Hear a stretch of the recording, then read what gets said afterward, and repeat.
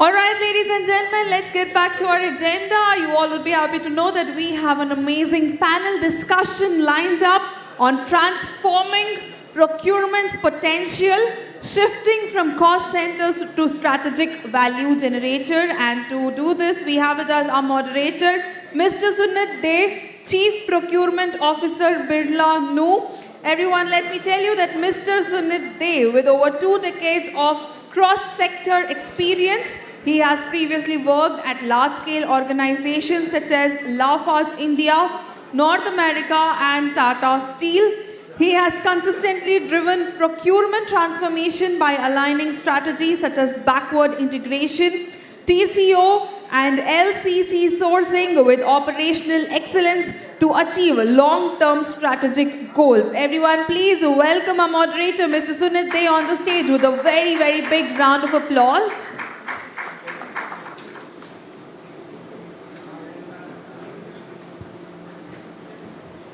Please keep applauding while I call upon our panelists, Mr. Shashikant, Surve Head, Procurement, Shriram, Life Insurance.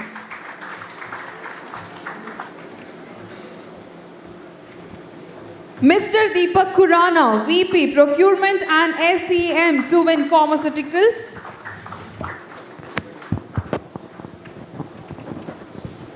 Mr. Ravindra Mathkari, Head of Supply Chain Management, Keolis, Hyderabad, Mass Rapid Transit System Private Limited. Mr. Rakesh Aggarwal, Head Procurement, Central Buying Unit, Care Hospitals. And Mr. Sreedhar, Yarlagadda, Head Capex and MRO Sourcing, Dr. Reddy's Laboratories.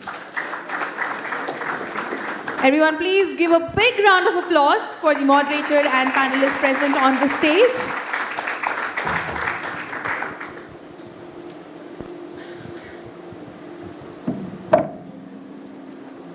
Hi, good afternoon everyone. Hope you all had a nice lunch. Now, I'm the culprit, I have to keep you awake now. So, see, if you look at the industry balance today, if you go to a sales guy, he will say that I am able to sell my product at a price which is there at the market prevailing price. And in today's context, if the sales price is constant, then the onus of ensuring that the contribution, the EBITDA, the margins are in place comes back to procurement and as well as innovation, because this is not only about cost, it all talks about recipe. So overall cost optimization is the keyword today if we have to bring value to the business per se. In this context, and now looking at how the industry has evolved over the last, I think, 4 or 5 years, we have seen a lot of movements been happening in the Gen AI, digitalization, data analytics, as well as a lot of innovations being done in the process re-engineering per se. If you look at the traditional mindset, what purchasers have been having till now, we primarily focus on L1 sourcing. So there is a requirement, we go on to the market, we take offers, we evaluate the proposals, we get it technically qualified by our users, and then with the L1 method, the lowest cost, we go ahead and place the order. There are a lot of challenges that we face in terms of a custodian to the business. One example would be, let's suppose there is a project that is likely to come up in October, November, or say December, a timeline, and that business has already factored that project in the as a part of their revenue in the P&L. While as a procurement team, when we are giving an order to a vendor, and if he is delayed in executing the project, my entire revenue and the profitability that is there in the P&L goes for a toss.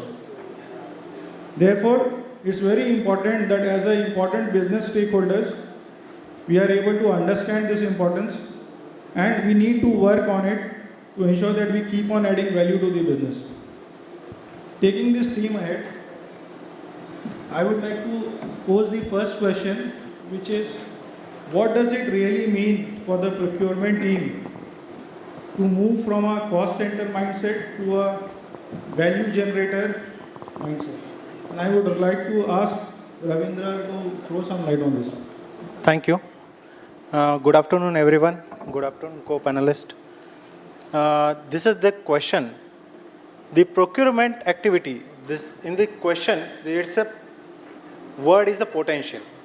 So everyone knows there is the potential in the procurement process. If we go all the processes of the organization, considering from A to Z, the procurement involves. Means from A, availability, B, business, C for cost, Q for quality, X for X factor, Z for zero tolerance or zero defect, N for negotiations and everything. Means A to Z involved in the procurement process. So someone cannot neglect it is the buy product or the servicing agency. It is the involvement organization is taking procurement as the strategical control of this business. So if we go with the basic, here are all the experts, but I'm starting with some basics. There are some fields, some words, buying, purchasing, procurement, strategic sourcing. So what is the difference? These are the same meaning, but what is the difference? So buy is with the bargaining. Means we are getting the things like from the, we are taking the coke from the some shop, we are paying for that. Or we are taking some vegetables, bargaining for this cost. In the purchasing, it is only for the one transaction phase for the buy. We go further elaborate with the purchasing. Purchasing comes with the negotiations. So negotiation, what happened? In that case, you are bound to some extent of the services or the product quality or the some assurance for that product. So if you are going for the buying the RO, so it is the, we are purchasing RO. So we are getting 1 year warranty with some services. So first is buying, second is the purchase. Procurement, what involves? Procurement involves to identify the sources. So not only the purchasing the things from the market is not the thing. The identify the source, identify, develop the source. That is the concern in the procurement process. It's a complete process end to end. Means before purchasing, it involves the procurement. And what is the sourcing? Strategic sourcing. So it's a long-term process. So you have to develop the partner, business partner, for as per your management goal and visions. And you develop all the things. What are your requirements as per your needs, as per your services, you have to develop and make as a partnership with the vendors. So this is the complete differentiation in this fields. So in previous days, before this COVID period, it is considering as the cost center. So because we are involved to give the payment to the suppliers, so it's a cost to company. So that in that fashion, the management was thinking. Now the complete shift has turned from the cost center to the profit center. Why? Because procurement involves in all the phases. Develop the alternative sources, develop some business, develop some innovative ideas which can reduces the cost. Reduces cost is nothing but the revenue generation for the organization. In the elaborating this function, why it is considered as the value generator. If we go with the development of some suppliers, we are not only negotiating the things for the cost, we will negotiating for the delivery terms, warranty terms, services, after sales services. So that is the indirect cost or the indirect expenses incurred by the organization. We are shifting to our vendor partner. So that is nothing but the indirectly revenue generation for the company. Then the developing the alternative sources or the alternative materials with a cheaper cost. So saving or in the material cost or process cost or with the innovation, it will be the nothing but the indirect profit gaining for this organization. Good, I think rightly summed up by Ravindra. I think anyone else would like to? So how many people are there from procurement here? Can you raise the hands? Oh, so many. We need to be very careful when we are talking to now. So good to see, participation here.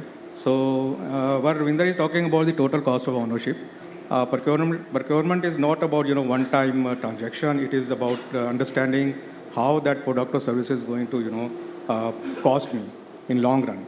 Then it is talking about sustainability, resilience, how we are selecting our vendors, and how that how it is supporting our like generating enterprise value. So when we talk about enterprise value, that is the key nowadays. In terms of sustainability, in terms of ESG, in terms of continuity of supplies, cost, pricing. So how it is hitting our bottom lines. So that matters. So then when we talk about all those things, that becomes a very responsible kind of activity function, which is really impacting every industry. In whatever industry you are in, it is impacting from top to bottom. So yeah, it's a total cost of ownership which matters here. Thanks. I think rightly said. So I would just like to elaborate this with an example. So let's suppose we are going ahead with a vendor who is L1. And then there is your team member from innovation team coming and telling you that if I go with L3, there is an overall reduction in the recipe cost. So if you look at cost, so cost center is a cost-centric mindset. When we talk about cost center, profit center, these are all financial terms that has a different meaning. When we are talking about a cost center, it is a cost-centric mindset. So as a purchaser, if my KPI says savings over LPP, I will be forced to actually go ahead with an L1. And that is the reason where, but the organization is overall having a benefit by going with an L3 because overall the cost of the product is coming down. So this is the actually beauty of moving from a cost-centric mindset to a strategic value generator or a value generating mindset. Let me now, because we have now understood the basics of it, let me try and understand from one of my panelists as to what are the few requirements that are there at a strategic level, at a high level leadership level to actually help us in this transformation journey. And I would like to ask Rakesh if you can throw some light on this. Thank you for the question and thank you to the panelists and thank you to the audience to be here as post-lunch where the people are having the time to sleep or maybe some because they haven't given the time and I saw the rush is there and people not getting their food on time also. So there's a part of, you can say, cost negotiation from the event management which plan got failed. Sorry for the event management. So see, earlier, whenever I'm from the healthcare industry, so I've started my career in 1999 with Rajiv Gandhi Cancer Hospital. So that time, seen my hospital always, I can find the purchase department in the hospital, in the basement, and near to the mortuary. So just think about us people, body is there, and we people are working at till 8 or 9 p.m. sometimes because of the audits. So their fears are there. And sometimes the female staff said, I can't go out in the washroom also because of the location of the department. So now the thinking post and pre-COVID also and the corporate hospitals are coming and thinking has been changed and the people have moved to some corporate offices and department location also has been changed. In Hyderabad, good, I have seen the different buildings are there because of the size of the building structure and everything. So procurement strategy and everything has been changed now and we got some importance. Earlier, it used to be happen like some of the family member is there. And people used to think that procurement is a very easy job. Anybody can do it. ₹2 to negotiate karna hai. Am I right? So moving to the question and again, so the key elements for this is one is like shift of the strategic procurement transformation from cost cutting to value creation. So earlier we used to negotiate with the vendor 10 rupees we have negotiated and we became happy. But some strategic partnership has to be there with the partner also, and we see the future requirement, how the organization is moving, how we can get the benefit. And maybe L1 vendor will give the better price, but in future he will or she will, they will be able to supply to you, or they will be able to support you. Maybe your organization is expanding in different locations, so you should go and see that, like based on the capability of the vendors, we should do the partnership with them rather than going to the cost. We may go to the L2 or L3 vendor based on our requirement. Second point is reactive to the proactive decision. So earlier, whenever one comparison comes, we are sending the RFQ and we are taking the decision, but data should be there. Based on some data and some market research, we should take the decision rather than taking the reactive and the other decision. Third point is compliance driven to the innovation. And generally we see, oh, this is a vendor and this is a compliance is there, let's go it. We should the other government policies that they are easily able to apply, because I'll give the one example in healthcare, biomedical waste is the one, and where the people are doing the, government has nominated some vendors and we are going with them with their rates. But nobody has done the analysis, whatever I'm paying, is this good amount or not? Because we can negotiate with them first, because government and nominated them, but blindly we are trusting them. But in one of my location, I had visited where these people are dumping the garbage, and we found it. They are, rather than they are taking the garbage from the hospital, which is infected material, they are throwing in some river or some too near to some river. So we made some complaint, vendor has been changed, and we got the new vendor with the good prices.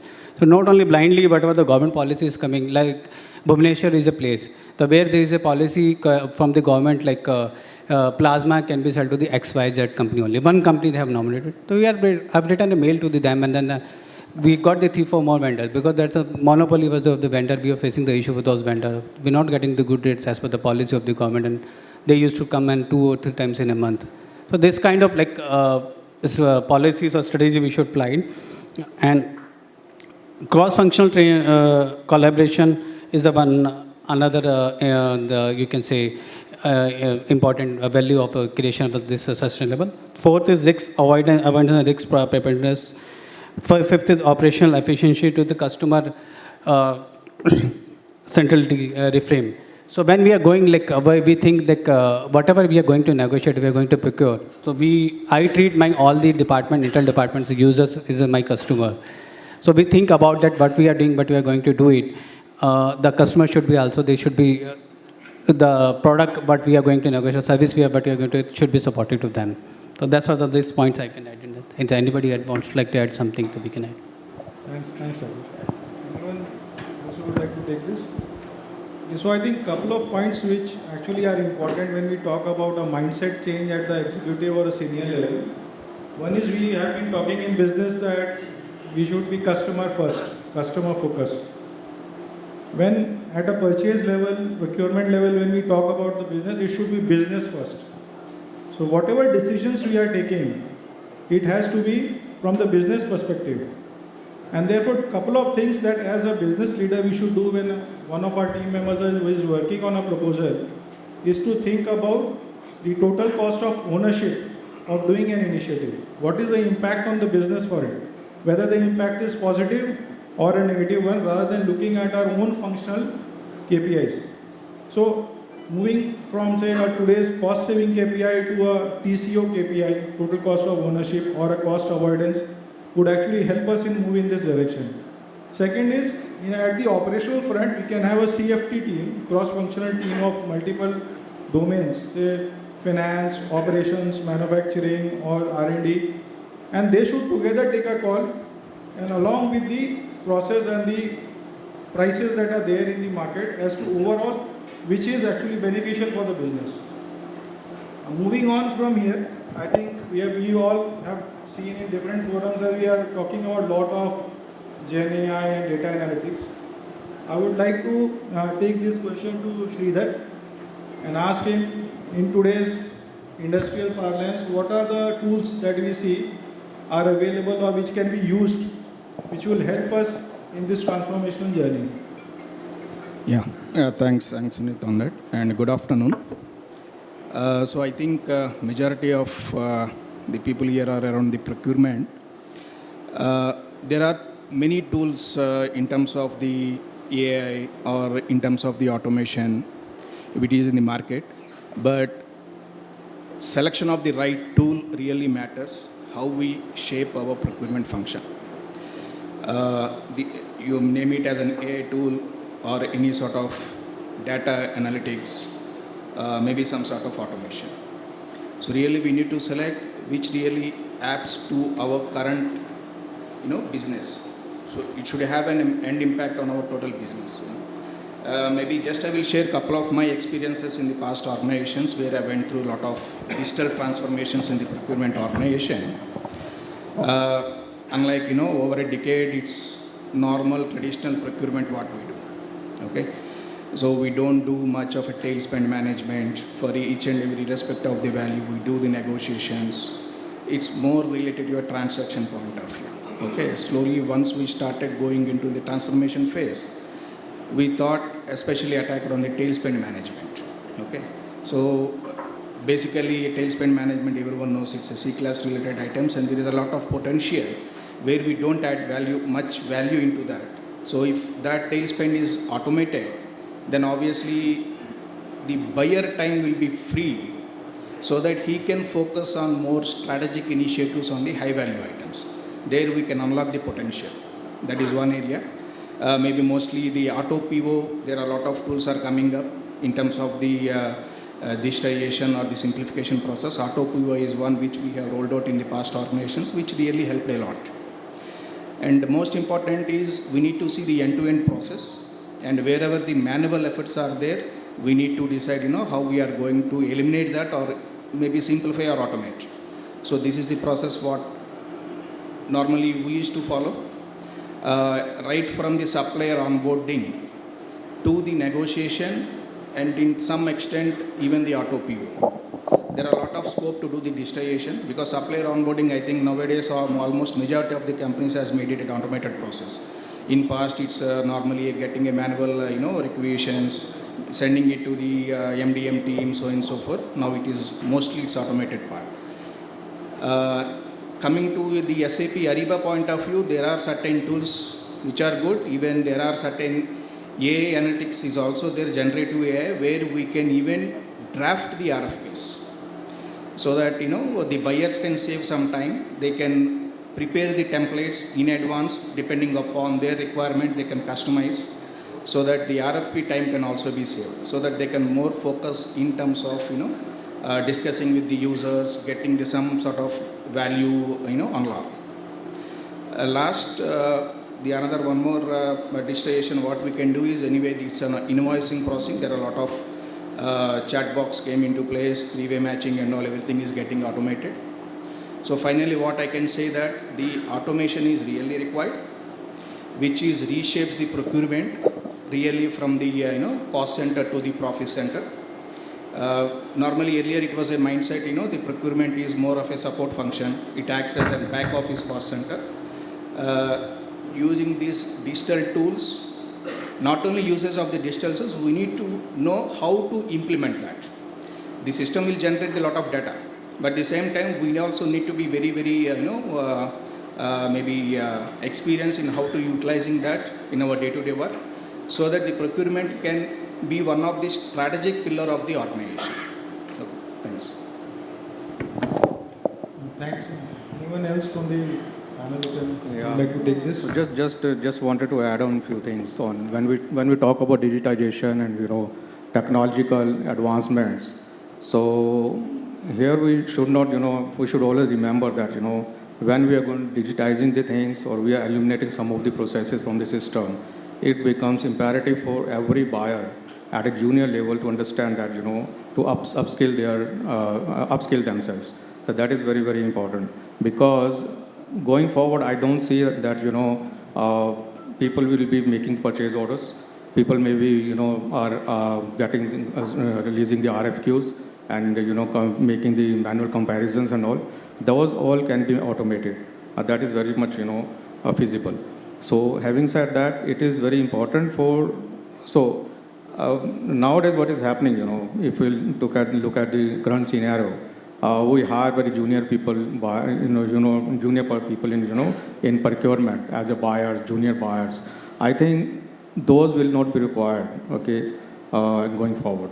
So this profession has to get more mature, and people should understand that, it is something like, at graduation level, if somebody is, now choosing their profession as a MBAs or, technocrats or, engineers. So procurement and supply chain is one of the, great profession. Okay, so when people think about it, they should always, come prepared. They should be, well trained, upskilled, and they know, what all is going around in supply chain. Supply chain is really, contributing a lot to the organization, as we are already discussing that. So digitization is definitely, welcome step, but everybody should understand what digitization is, how they are going to cope up with that. So that is very, very important. So as you said, there are many, technical advancements are coming in, AIs and, lot of softwares are available nowadays. But choosing the right, technology for the organization, which is aligned with your organization, is very, very important, right? So otherwise things may go haywire. So yeah, thanks. Thanks. I think one more point to be added here is, if you look at the business, how the business is flowing, we as a professionals have been knowing before AI age as well, what are my value adding activities, what are my non-value adding activities. So let's suppose if there is an import consignment coming in and I have 100 of containers in transit, and one of my guys is actually taking the BL number from the invoice and putting in the Costco website or a MSC website looking for the ETA of the vehicle, that is a non-value adding activity for me. So these all activities, it is the other way around. I think we procurement people, we have always known which are the activities which are non-value adding for me. It is today the fact that we have tools which can help us to eliminate those. So we should not actually be feared that there is an AI that has come in and now I have to use it. There has always been a need to use that AI so that we are able to go back home thinking that I have done something fruitful for the company today. So I think... True. Absolutely right. This is very practical aspect we are talking about. We may not be, speaking at this platform, but every bar, at least I would say junior guys, who are new into this profession, they should look at what they are doing. And if they are not adding value to the bottom line, they should go back to the manager and ask them, okay, how he can, better add value to the organization, right? So you have every way to do that. So procurement is something which is very, very powerful in the organization, because you have a power to spend up every penny. None of the department, none of the functional leadership or at the top also, they don't have power to spend. You have power to spend. So you should know how you want to, mold your, profession into a more meaningful and value added one. Yeah. We are actually the kuber of the business. We have the control of the entire funds. We are a very strong function in the business. So we should not be actually bothered about people coming and telling us that now you need to use AI, now you need to use data analytics. We know where there is non-value adding and we will definitely be doing it. So we should be feeling proud of it, and we should revert back to them saying that today I have n number of ideas where the technology doesn't have any solution, but we are still, my team and we all are working on it. So this is the idea that we should be approaching the management. Now, going forward from here, I think we should also talk about everything actually starts with the KPI. So the KPIs for the team members are set at the beginning of the year. There are so many other things that keep coming up. I keep giving them to my team members who are actually agile and also willing to take more responsibilities. Halfway around, when there is a chance to actually relook at the KPI, team members are saying half of my KPIs are out of my basket. They are not there in the list. What to do? How do I get credit for that? And because of these KPIs also, there is a conflict between functions happening. So procurement versus operations. आपने ये माल भेज दिया, it is not working well in my factory. What to do? Take it away from my factory. It is actually eating away my space. I want to keep my finished goods here. R&D team will say that this recipe, this product is not working in my recipe. So as a leader, we need to ensure that the KPIs are well cascaded from the corporate mission and vision, and from my MD's KPI list or a balanced scorecard, the KPIs are well cascaded down to the last leg in the team. So I would like to ask Deepak, as to what are the few KPIs that you think are important today from the perspective of ensuring that the procurement is a value generating function or which adds value to the business rather than as a cost centric one. Sure. Thank you, Sunit. So Q1 is already over. I think most of us have already, done up with our KPIs and KRAs and submitted to HR. So going in the past, if you look at, we have been, our procurement's KPI was always have been, reducing the cost, cost saving. So that is still there. Okay, that is more complex now. But apart from that, being a strategic function, we have a lot of other things to do. We need to add a lot more than cost saving, right? So here are some of the KPIs I have just noted down. I'll just, brief those. And foremost is, supplier risk mitigation, right? Assurance of supplies. So that is one of the most important KPIs right now because of disruption in the world and because of wars and, tariffs and whatnot, right? So disruptions are always there. So this is a key, KPI for every buyer to see that, they supply the materials consistently, on time, with cost effectiveness, definitely, right? For that, you need to look at, whether you are covered with multiple suppliers or not. If you are single source, you have a single source, that is a matter of concern. Sometimes you may see that, these products are manufactured by single source all over the world. You don't find anybody else, any competition. There, our responsibility becomes more complex and challenging. Here we need to understand that, how I can, develop the new source. If I can, choose somebody with the technical capabilities, financial capabilities, and see that, if we can collaborate with them and develop that technology or the product for the organization. So, but going forward, we always make sure that, we have multiple sources. This is one of the key KPI we should, always keep in mind. And other one is speed and agility, right? Speed matters. So if I'm not, providing my materials on time and I'm losing on production, I'm losing on revenue, there is no point in just procuring the material, right? So speed is very, very important. How quickly I go to the market and sell my product is that matters. Because with practical experience, we can say that, sometimes even a week's delay in supply of the material, or few days delays in supplies of the material, a shift our revenue to next quarter, or just, haywire our production plan. And we don't know now, because other products are already in pipeline, which needs to be produced. And in between, if I say, now I got the material, now produce it, production guy is not going to do that, right? Because they already have some plans. Then it is directly related to the customer expectations. If we are not giving material on time to the customer, he is not going to repeat my business again, right? So speed and agility is very, very important, and this is the second one. Then innovation. So how innovation, procurement, definitely we can say that procurement is a commercial function. So how I can bring in the innovation? So innovation has to bring through your vendors, through your suppliers. Okay, you need to collaborate with them. You need to understand if you can take advantage of their research and development, their innovation, and that you can bring in. That is definitely going to help a lot, and you can make your products quickly, bring your product quickly into the market. Then we can say ESG and sustainability. We have been talking about ESG and sustainability is the new buzzwords, and these are very much required nowadays. Even all your people who are into life sciences or pharmaceutical industry, they understand it better that how their customers who are based in Europe and US asking them to be ESG and sustainable, have a procurement sustainable policies in place. So that is one of the key KPI nowadays, because this may not be, in commercial terms, this may not, sound that, it is helping your business, but it helping our business team to get the business from the customers.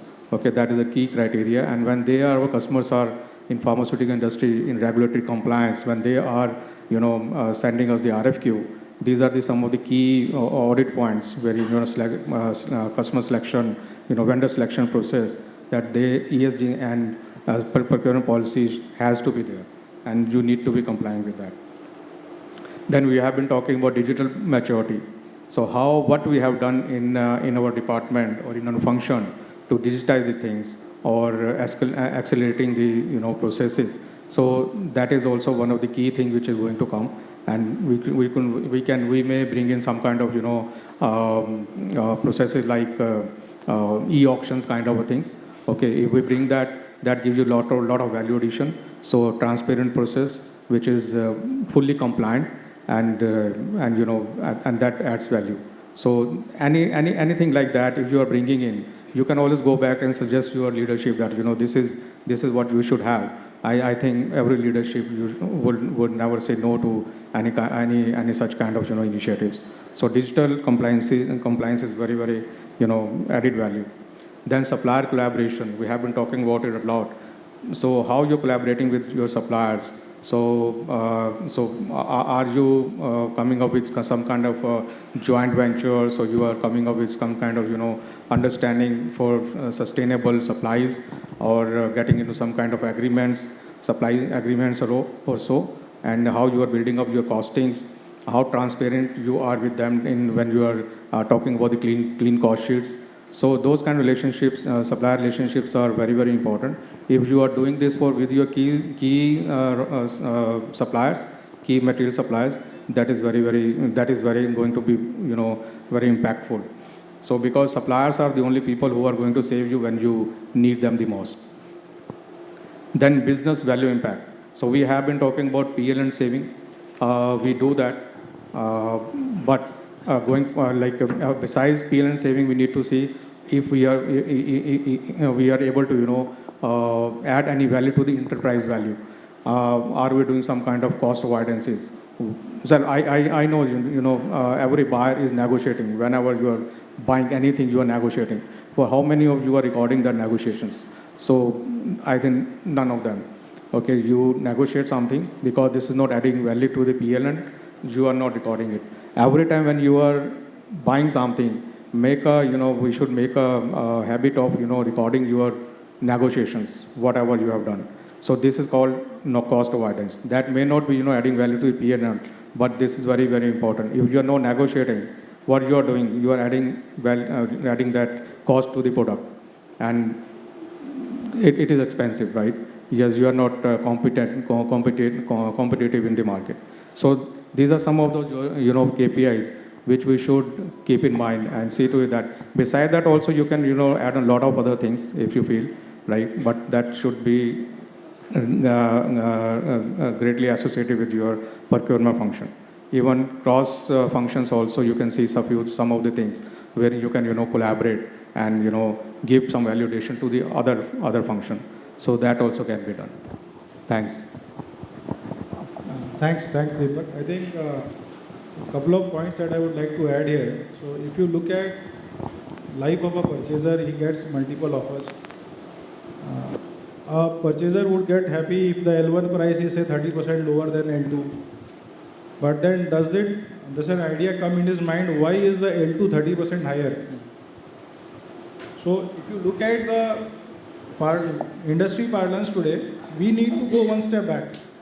We need to do the assessment of our supplier maturity matrix.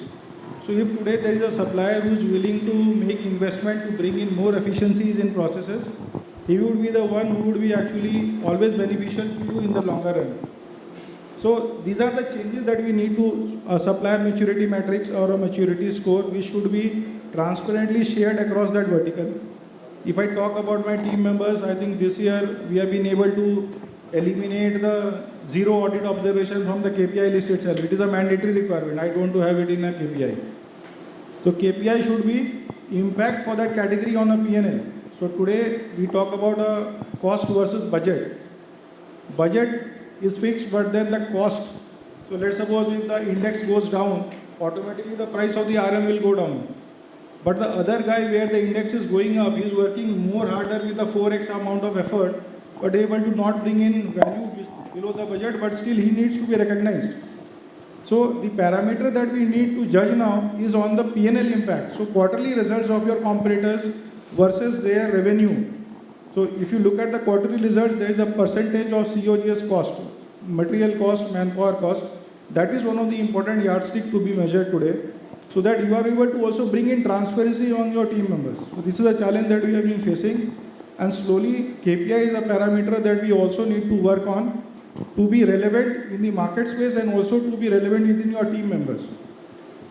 Because I guess we are running short of time, I will move on to the next question, which is more about how the procurement team should collaborate with other units, other stakeholders like say finance, R&D or operations, bringing more value to the business. And I would request Shashi to please throw some light on this. Hello. Thanks, Sunit. Yeah, good afternoon all, good afternoon. Yeah, so collaboration. So this is one very important word, and it's, even if it is a single word, collaboration, it's not as easy as to follow, frankly. Because like example, let me give, instead of jumping on the corporate, let me give the example of this seminar or this conference. Now we all are from here only or around here. Even we all are connected with each other on a LinkedIn or any other different medias. But still there are someone needs to be there who bring all of us here, connect with each other. So that's all actually the collaboration. Now when we are talking about the collaboration for the corporate, so as a procurement function, as rightly earlier all other members said, so we are a treasurer, or we should consider ourselves as an ambassador. So who are front-ending internally as well as externally. So we should not consider ourselves or limited ourselves only related to cost reduction or sourcing, sourcing suppliers or any other knowledge. But we are the one key holder who can give the knowledge to internal users about the external world, what exactly happening, because we are always doing necessary market intelligence and everything. Now, when I wanted to come on a collaboration part, so we as a procurement, we should always try to catch first, like try to be a one. Instead of the reactive, we should be proactive mode. Like we can first connect to finance team, who are the, who can budget at start of the year, and we can help them extend our complete support, how they are able to do a right budget, which can be in line with the overall organization strategy and the KPI, and accordingly, the P&L and the profit. Then we can also support marketing teams for the various methods, various medias available for the reaching out to various customers or the outside world. And there we can also extend them through the some AI-related applications or any other, we can say, various CRM tools, which can help them to promote themselves, not only them, as a company to us, all of us. Then we can also reach out to marketing, then, 1 minute, I just missed, yeah, R&D or a production. So here, actually, in this room, I am from the, I think I am the only one person who are from the life insurance industry. So it's a different example for all of you. Because in the life insurance industry, it's not kind of a manufacturing and all. So any output, specifically for the procurement, it is always intangible output. So we have to explain a lot, actually, because it's not appearing in a figures, like it's in the crores or something. So here, soft skill is very important, where you are collaborating with different team members. And while collaborating, we can also collaborate through the different tools, trackers, periodic meetings. Apart from that, we should also increase our connect. The connect is like that, we should walk into their cabins if required. We can have a periodic meeting or a very quick meeting to understand if we got any communication from any user or any department for any escalation. So our first action is always the react the things. So instead of react, we should learn to respond that. We should understand that, take a breath, understand the whole subject, then try to find out the way why that mail come to your box. As a procurement head, I always try to ensure that I should first understand why it's come to my box. And instead of just going to, sending it to downline, FYI or kind of thing, it is better to, it is a chance of to take one more step towards collaboration. So who send the mail? Even if he is from junior, middle management or senior management, let's meet him in a person, understand the things, and because that gives, that can be resolved, I can say almost 90-95% problem. And then you can respond on that mail. So apart from that, I think, 1 minute. Yeah, I think that's all from my side. Thank you. Thanks, Sushi. Couple of points to be added here which we can possibly reflect on. So if we are collaborating with our own neighboring functions, we can actually convert our negative impact into a positive one. I will give you a recent example. So anyone from the building materials industry, cement, construction. So there is a Kamar Yatra going on right now in UP, Bihar. So some suppliers actually, they decided that now this is the right time to actually go for a shutdown and take maintenance. So when the production goes down, anyways, that will be a hit on the cost. So they have now hiked up the prices. This is the time when procurement should go ahead to the operations team and say that this is the challenge I am facing in the market. Two options: either I buy actually that commodity at a higher price and take a hit on my budget, or it's the right time for us also to take a maintenance if there is a possibility to do so. So what we did is we did our internal evaluation planning, we analyzed the production planning, we called the sales team. They actually did their market study and said that there's a challenge in the dispatch side. We won't be able to meet so much of dispatch what we have budgeted. Therefore, we took a shutdown for 15 days. When we took a shutdown and we communicated this to the suppliers actually came back running to us saying that I will give you material at the last purchase price only. Please go ahead. So this is just an example. The same can happen with an R&D or innovation team. Whenever we are facing a challenge, because there are some suppliers who are too adamant on the pricing. If they realize by chance that they are a single supplier, or if you are supplying material directly to your factory, they will find ways and means to get information more than what you are giving to him. So we have to be smarter than them, and your collaborative partner, which is a innovation, R&D, or your finance team, they can do a TCO evaluation and tell us, okay, which is the way to go, and jointly whatever decision we take will be the best in the interest of the business. I think with this, I guess we come to the end of the session. We have only 30 seconds left, but I would like to open the forum for a couple of questions if you have, and post that we'll wind up the session. Thank you. Yeah, please.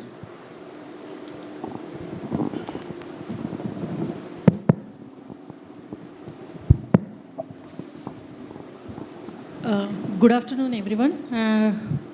Nice to see collaborative team, medical and insurance, which is very pain point to the public presently.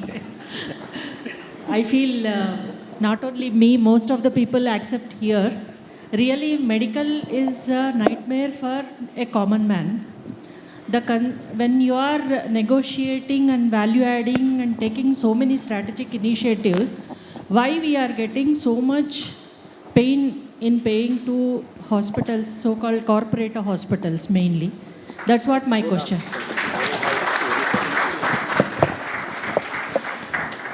It's a good question. And insurance is next to you, that's why. Yeah.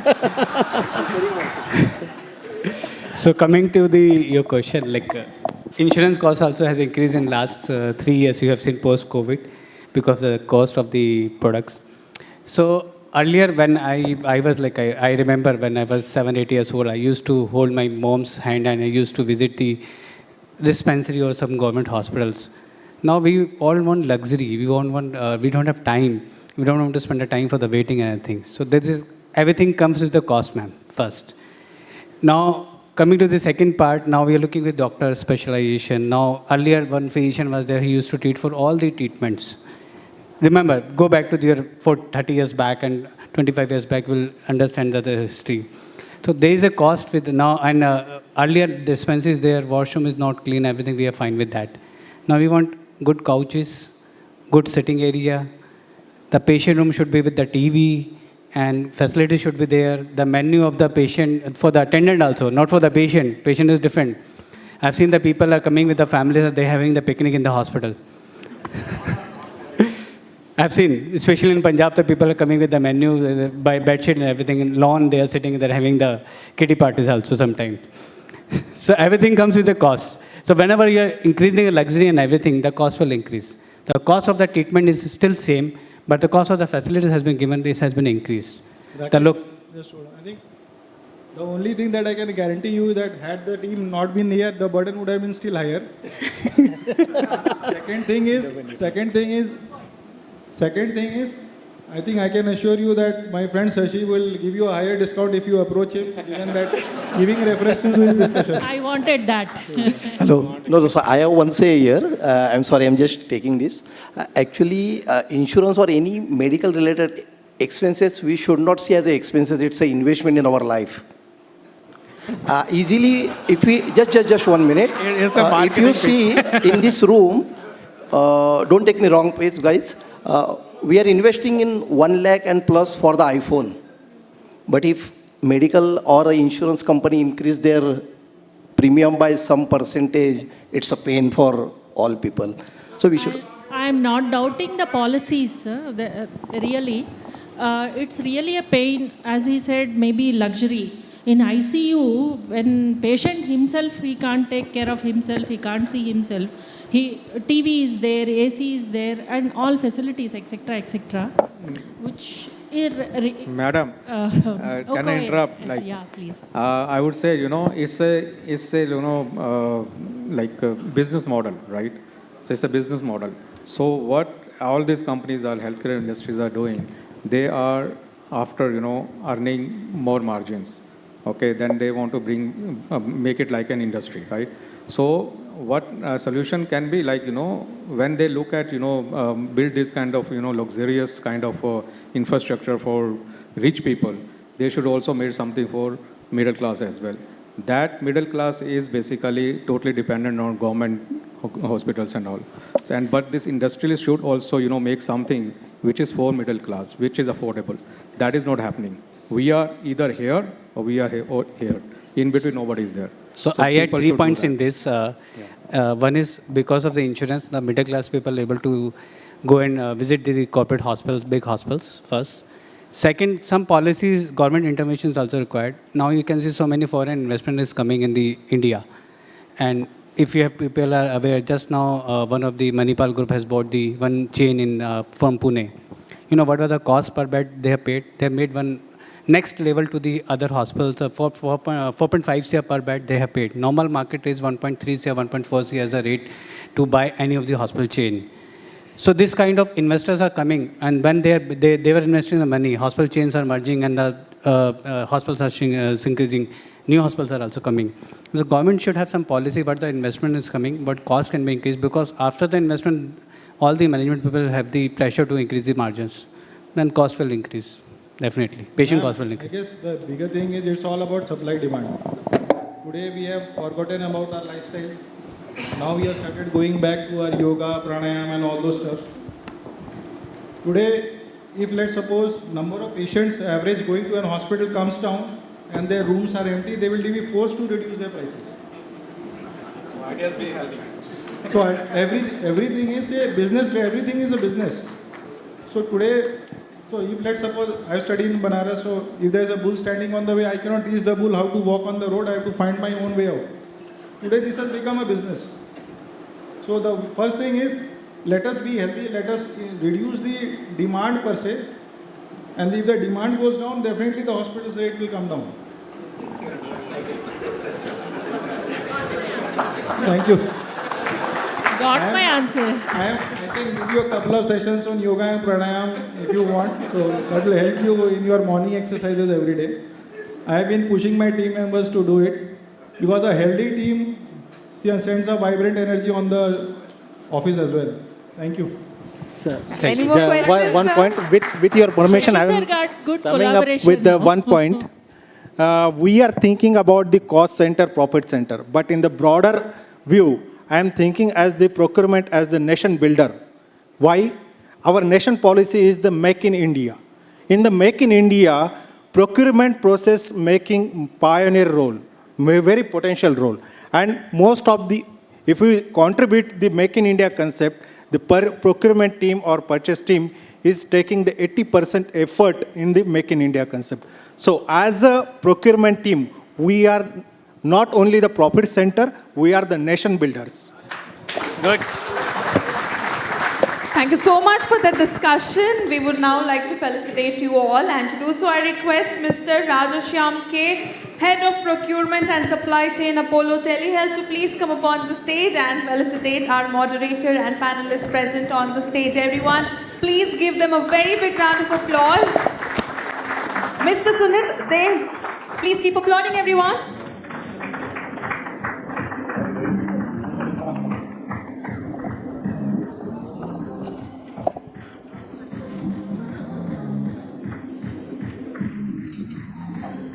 Mr. Shashikant, Surve.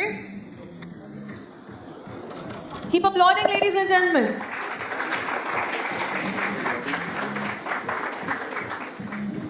Mr. Deepak Khurana.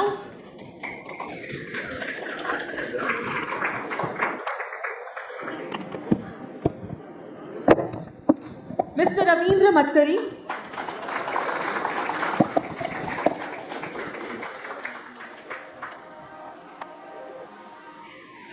Mr. Rakesh Aggarwal.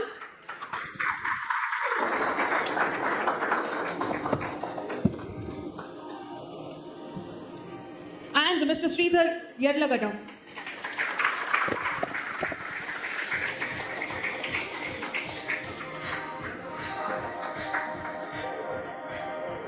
Right, requesting all of you to please get together for a group picture.